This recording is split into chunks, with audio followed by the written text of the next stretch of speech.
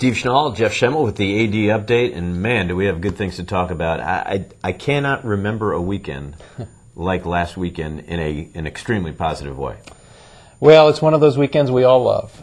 In this business, to have all of your teams succeed in one weekend just doesn't happen very often in our business, and I do think it's a tribute to particularly the coaches we have here and the mark they're making in each of their respective sports. Obviously, it starts with a huge road win at Colorado State in football. And let's talk about that second half. Talk about putting it all together. That is so true, Steve. To outscore Colorado State 35-7 in the second half, to tie the game, go down 7, and then come back and score the last 21 of the game, says so much about where these kids are and have come from. It's fun to watch, and sure was a fun locker room after the game. I know that.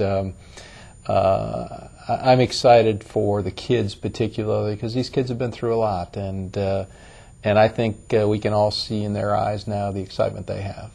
We'll get back to football in a minute, but the two soccer programs, men's soccer, Stanford and Cal, 2 huge wins for them last weekend. 2, and on the road. Both games on the road puts them in solid position in second place in the Pac-10 behind UCLA, and one more game to go against UCLA. So I know, as I talked to Lev Kirshner about it a little bit, I know he's very pleased, obviously, but happy that he's finally got a team that's healthy.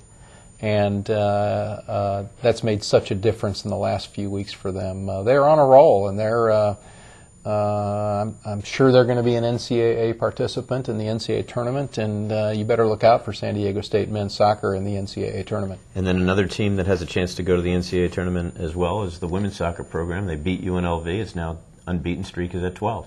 What a roll they're on.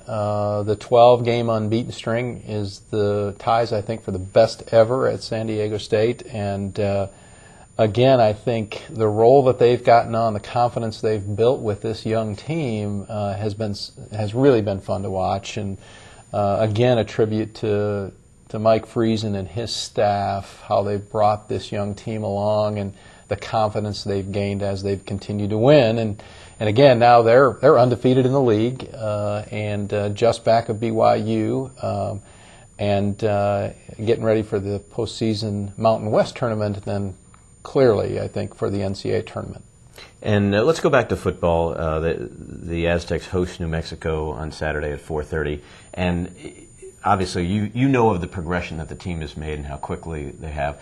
The fans, bandwagons are interesting things. I know what you want. You want support for this program that is really emerging. Well, I think so, and I think this is the first really great opportunity for that to happen is for our fans to come out on Saturday and help this team to a victory over New Mexico. It's been 8 years since we've beaten New Mexico in football, and I know these kids are anxious. New Mexico is going to be a tough game, but I think they'll be ready. I think the excitement that I see in their eyes as they prepare for a team that none of these kids have ever beaten is fun to watch. I'm anxious to go to watch practice today, as a matter of fact. And then tickets start at just $6. We have a retro day pricing in all areas, but tickets start at $6. And we know about Halloween, so there'll be in Aztec Village. There will be plenty of candy for all the kids, young and old.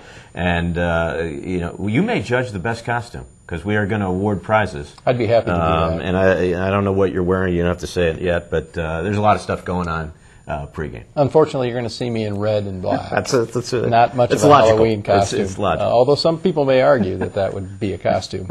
But I do think there's 2 neat things going on.